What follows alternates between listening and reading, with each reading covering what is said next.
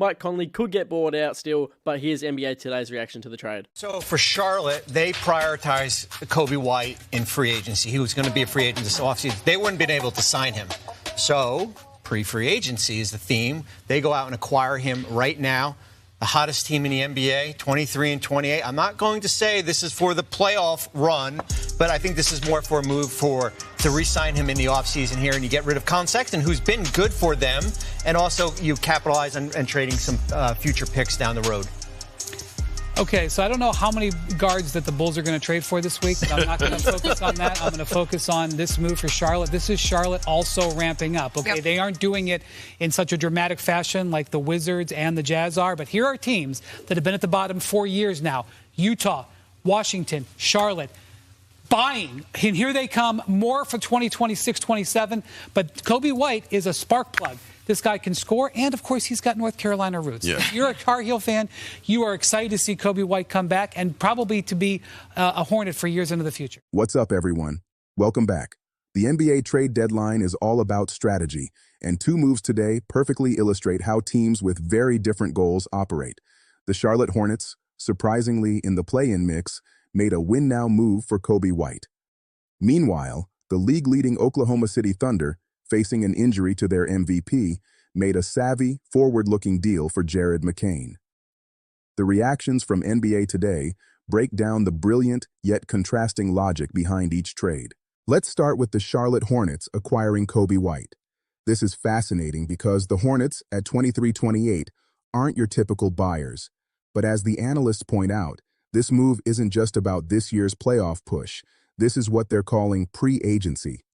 Coby White was set to be a free agent this summer. By trading for him now, Charlotte gets his bird rights and a major inside track to re-sign him long-term. They're not renting a player. They're strategically acquiring a 24-year-old scoring guard they believe can be part of their core for years to come. The analysts highlight two key points. First, White is a spark plug who can instantly boost their offense. Second, and this is the sneaky good part, he has North Carolina roots as a former Tar Heel. This isn't just a basketball move, it's a culture and fan engagement move. Bringing a local star home can create a deeper connection and help in those contract negotiations.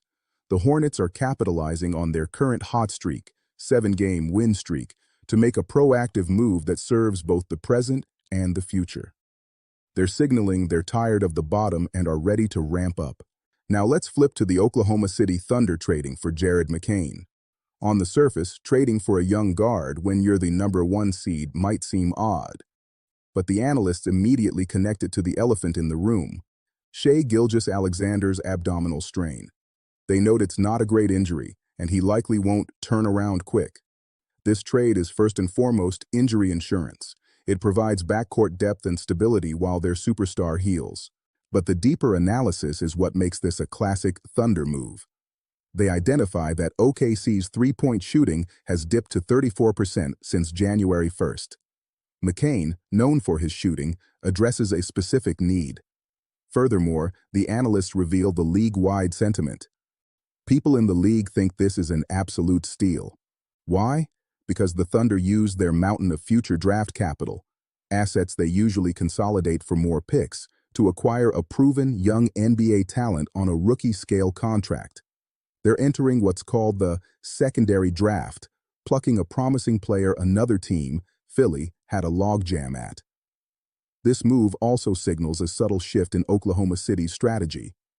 As one analyst puts it, they're now consolidating picks for players, not just for more future picks.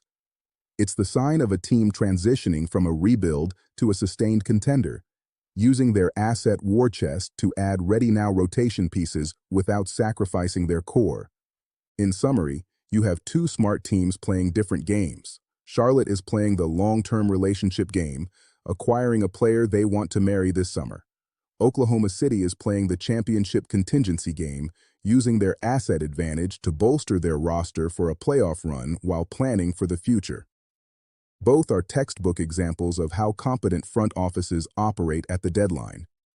What do you think? Was the Hornets' pre-agency move for Coby White a savvy play, or are they overpaying for a play-in spot? And is Jared McCain the perfect low-risk, high-reward pickup for the Thunder's title aspirations? Let me know your thoughts in the comments below. If you appreciate this level of strategic deadline breakdown, hit that like button, subscribe, and I'll see you in the next one.